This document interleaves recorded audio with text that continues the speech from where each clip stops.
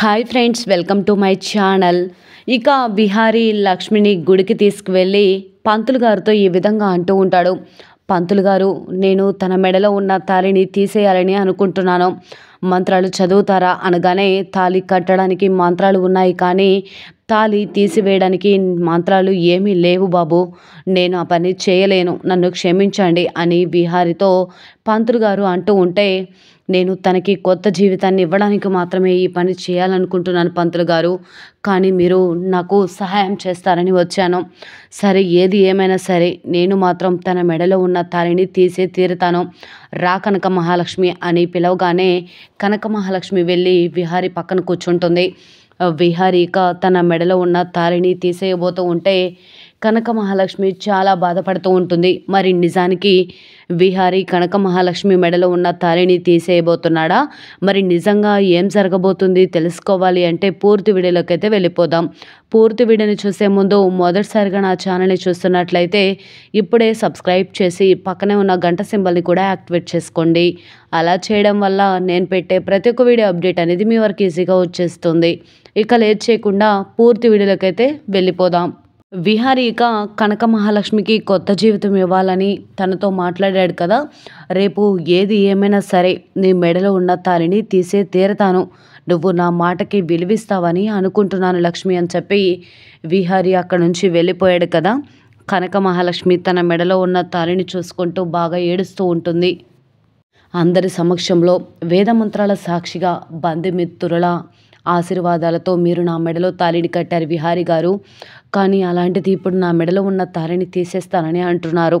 ఇక తాళికి బంధానికి విలువేముంది? మీరు నన్ను భారీగా ఒప్పుకోకపోయినా పర్లేదు, కానీ నా మెడలో ఉన్న తాళిని తీసి మళ్ళీ నా జీవితాన్ని వేరొకరి చేతిలో పెడతాను అంటే తట్టుకోలేకపోతున్నాను విహారీ గారు అని చెప్పి ఏడుస్తూ బాధపడుతూ ఉంటుంది కదా. ఇక పద్మాక్షి అటు ఇటు తిరుగుతూ ఆలోచిస్తూ ఉంటే సహస్ర వచ్చి, ఏంటి మమ్మీ అంత దీర్ఘంగా ఆలోచిస్తున్నావు అనగానే, నీ గురించే సహస్ర అని పద్మాక్షి అంటూ ఉండగా, నా గురించా ఏంటి మమ్మీ అని అంటూ ఉంటే, అది ఇందాక విహారీ లక్ష్మి విషయంలో అంత రియాక్ట్ అవ్వాల్సిన అవసరం ఏమొచ్చింది అనగానే, అదే నాకు కూడా అర్థం కాలేదు మమ్మీ. ఆయన విహారీ బావ లక్ష్మి విషయంలో ఇంత ఇన్వాల్వ్ అయిపోయి గట్టిగా గోల చేస్తూ ఇలా నా మీదకు వచ్చేస్తాడని అస్సలు ఊహించలేదు అని అడుగుతూ ఉంటుంది సహస్ర. అప్పుడే అంబిక వచ్చి, అవును సహస్ర, నేను కూడా అస్సలు ఊహించలేదు. కానీ ప్రతిసారి సరే లక్ష్మి విషయంలో ఏదో ఒక రూపంగా మనకి ఇక అడ్డు పడుతూనే ఉన్నాడు అని అంటూ ఉంటే, అయినా పిన్ని నీకు చెప్పాను కదా, బావని ఉదయం నుంచి సాయంత్రం వరకు ఆఫీస్లోనే ఉంచామని, తనని ఇంటికి వచ్చేలా ఎందుకు చేసావు పిన్ని అని అడుగుతూ ఉంటే, నేనేమీ అలా చేయలేదు, మీటింగ్ అరేంజ్ చేశాను. కానీ విహారికి ఇక ఆ విషయం పండు ద్వారా తెలిసింది అనగానే ఒక్కసారిగా సహస్ర పద్మాక్షి షాక్ అయిపోతారు. ఏంటి పిన్ని నువ్వు అనేది? పండు ద్వారా బావకి విషయం తెలియడం ఏంటి? పండు అసలు నేను సూపర్ మార్కెట్కి పంపించాను కదా అనగానే, సూపర్ మార్కెట్కి పంపించావా? కానీ వాడు సూపర్ మార్కెట్కి వెళ్ళలేదు సహస్ర, వాడు నేరుగా విహారీకి ఫోన్ చేసి ఉంటాడు. ఈ విషయం తెలిసి విహారీ ఫోన్ లిఫ్ట్ చేయకపోయేసరికి నేరుగా ఇక ఆఫీస్కి వచ్చేసాడు అనగానే ఒక్కసారిగా షాక్ అయిపోతుంది సహస్ర. నేను అనుకుంటూనే ఉన్నాను పిన్ని, వాడు ఇంట్లోనే ఉంటే ఖచ్చితంగా ఏదో ఒక రూపంగా ఈ పెళ్లి చూపులు ఆపేస్తాడని అర్థమయ్యే నేను వాడిని సూపర్ మార్కెట్కి పంపించాను. కానీ వాడు సూపర్ మార్కెట్కి వెళ్లకుండా బావ ఆఫీస్కి వెళ్ళి బావని తీసుకొచ్చాడు అంటే వాడికి ఎంత ధైర్యమో చూడు అనగానే, అవును సహస్ర, ఆ లక్ష్మిని చూసుకొని వీడు కూడా విర్రవీగుతున్నట్టున్నాడు, వీడిని కూడా మెడపట్టి బయటకు గెట్టేస్తే ఒక పని అయిపోతుంది అని అంబిక అంటూ ఉంటుంది. సరే, మనం ఏం చేసినా సరే ఈసారి ఆచితూచి అడుగు వేయాలి, విహారికి డౌట్ రాకుండా లక్ష్మి విషయంలో ఒక కొలిక్కి రావాలి అనగానే, అవును మమ్మీ, కానీ బావకి నా మీద కోపం రాకూడదు, కానీ లక్ష్మి పీడ విరగడవ్వాలి అనగానే, అవును సహస్ర నువ్వు చెప్పేది నిజం, మనం బెలూన్లో గాలి తీయాలి అంటే గుండె సూదితో గుచ్చి పెద్ద సౌండే చేయాల్సిన అవసరం లేదు, ఆ బెలూన్కి ఉన్న తాడు తీసినా సరిపోతుంది అని పద్మాక్షి అనగానే, అవును మామ్ అని చెప్పేసి అంటూ ఉంటుంది సహస్ర. సరే, కానీ నువ్వు ఇక విహారీ చెప్పినట్టు నీ గురించి, నీ పెళ్లి పనుల గురించి, నీ ఇక మేకప్స్ అలాగే డ్రెస్సు అన్నీ కూడా కావాల్సినంత కూడా చూసుకో, నీకు లక్ష్మి జోలి వద్దులే, లక్ష్మి గురించి నేను చూసుకుంటాను అని చెప్పి అంటూ ఉంటుంది పద్మాక్షి. సరే మామ అనగానే డ్యాడీకి ఫోన్ చేసి నీకు కావాల్సినంత అమౌంట్ ట్రాన్స్ఫర్ చేయించుకొని నీకు కావాల్సినంత ఫుల్ షాపింగ్ చేసే అనగానే సరే మమ్మీ థ్యాంక్స్ అని చెప్పేసి అక్కడ నుంచి సహస్ర వెళ్ళిపోతుంది. ఇక వెంటనే అంబిక ఆలోచిస్తూ ఉంటుంది. అసలు అయినా వాళ్ళకి ఫోన్ చేసి ఎవరు చెప్పారు అని చెప్పి చారుకేశవ ఫోన్ చేసి చెప్పాడు కదా, అది ఆలోచిస్తూ ఉంటుంది అంబిక. వాళ్ళు టయానికి వచ్చారు. విహారి కానీ ఖచ్చితంగా వాళ్ళని చూసి ఉంటే పెద్ద గొడవ అయిపోయేది. ప్రాజెక్ట్ ఇవ్వనందుకు మరింత గొడవ చేయడమే కాకుండా డబ్బులు కూడా తీసుకున్నారని చెప్పి అందరి ముందు పరువు తీసేవాళ్ళు. సమయానికి విహారిని పంపించడమే కరెక్ట్ అయింది. కానీ ఇక్కడికి వచ్చిన విహారి ఆ లక్ష్మికి జరగకుండా పెళ్లి చూపుల్ని ఆపేశాడు.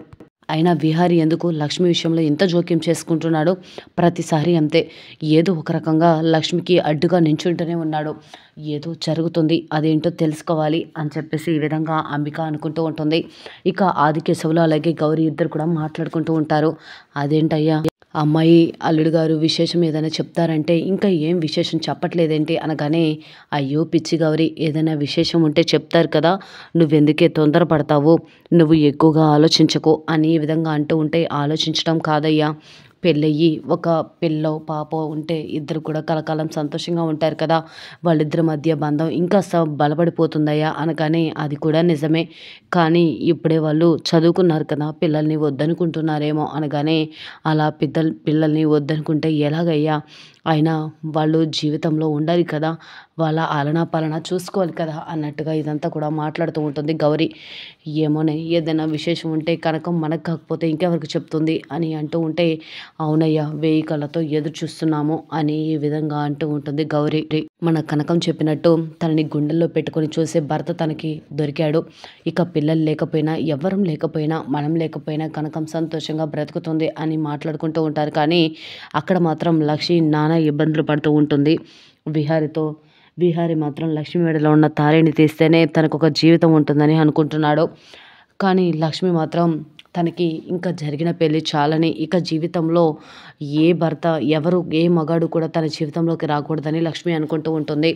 ఇక ఉదయాన్నే గుడికి రావాలని లక్ష్మిని అడుగుతూ ఉంటాడు విహారి.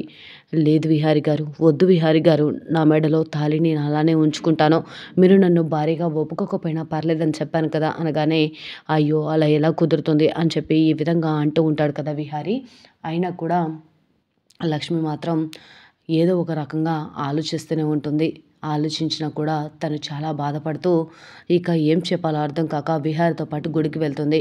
గుడికి వెళ్ళిన విహారి లక్ష్మి జీవితాన్ని నిలబెట్టాలని, తన మెడలో ఉన్న తాళిని తీసేయాలని, దానికి మంత్రాలను చదవమని పంతులు గారికి చెప్తే, పంతులు గారు పిల్ల పాపలతో కలకాలం సంతోషంగా ఉండమని, పెళ్లి చేసుకొని సంతోషంగా ఉండమని, ఇక పెళ్ళిళ్ళు చేస్తాం కానీ ఇలా మెడలో ఉన్న తాళిని తీయడానికి మంత్రాలు మాత్రం మా దగ్గర లేవు బాబు, నేను ఆ మంత్రాలు చదివి ఇక పాపం మూట కట్టుకోలేను, నన్ను క్షమించండి అని చెప్పి పంతులు గారు పక్కకు తప్పుకుంటారు. ఇక వెంటనే గుళ్ళో అందరూ కూడా చూస్తూ ఉంటే, నేనే లక్ష్మి మెడలో తాళిని తీస్తానని చెప్పి విహారి లక్ష్మి దగ్గర కూర్చొని మెడలో చేతులు పెట్టి తాళిని తీయబోతూ ఉంటాడు. మరి నిజంగా లక్ష్మి మెడలో ఉన్న తాళిని తీసి లక్ష్మికి అన్యాయం చేయబోతున్నాడా? ఈలోపు ఏం జరగబోతుంది?